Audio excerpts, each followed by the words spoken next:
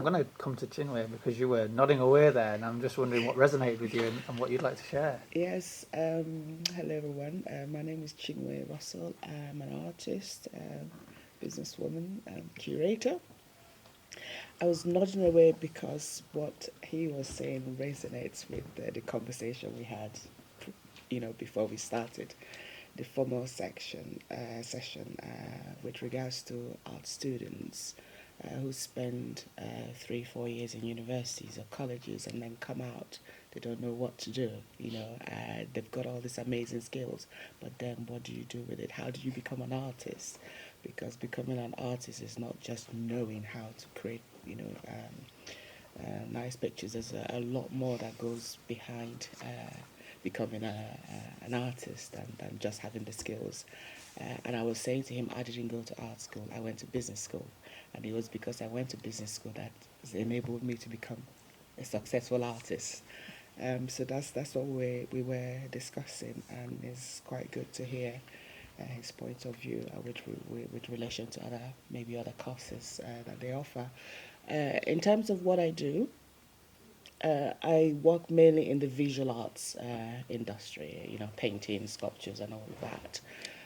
When I arrived in Doncaster in 2018, it was barren in terms of visual arts. I mean, we had the museum, which had all the artifacts and everything, but there was really no thriving art scene. There was nowhere for me to show my work, so that's how my activities started. And also taking leaf from what you said, about opportunities. You found opportunities here.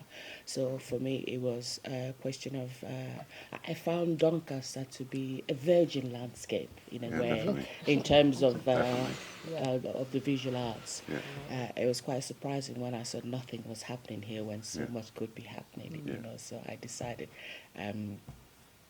to create the type of environment where I wanted to work in. I wanted to create a sector in which I would be happy to show my work. Do you Yeah. see what I mean? So Yeah. I imagine it was the same for you. Yeah. So when I realized that the opportunity was not there, I could have gone back to complain and say that there's no opportunity. But I decided to create the opportunity and got other people to buy into the idea with me. And this was how we started in 2018. And I met with a lot of resistance. There were hundreds of artists living in the area, and all of them were of the same opinion that art doesn't happen in Doncaster. So there was a lot of begging, give it one more chance, Yeah. trust me, this is my qualification, I can make this happen, come, let's try again. And bit by bit, we started building the market, and it became quite exciting when we did the first art show. I decided for art to be successful in Doncaster, you have to go to where the people are. Traditionally, you expect people to go to galleries and museums, so they have to leave the comfort of their own home to make that effort. And people have better things, what they assume to be better things to do than to go to a museum, especially in this area. There are other concerns in the area. If it's in big cities like London, yes, people would naturally go and do such things. So I decided for this to be successful, you have to take it to where the people are, to the markets, to Yeah, the exactly. pubs, where the people go naturally. Yeah. So that as they go, order their pints, they are looking at an exhibition. Exactly. As they go to the butcher's hall in the Doncaster market, there's an exhibition there. So that's how I was able to penetrate, create an industry. And off of the back of that, other smaller art organizations started springing up because there was a renewed hope. They saw that actually this could work. Yeah, definitely. A lot of artists, started creating work and started exhibiting, and it's grown to the three-story building that we have in Scott Lane a few years down the line, which we started during pandemic.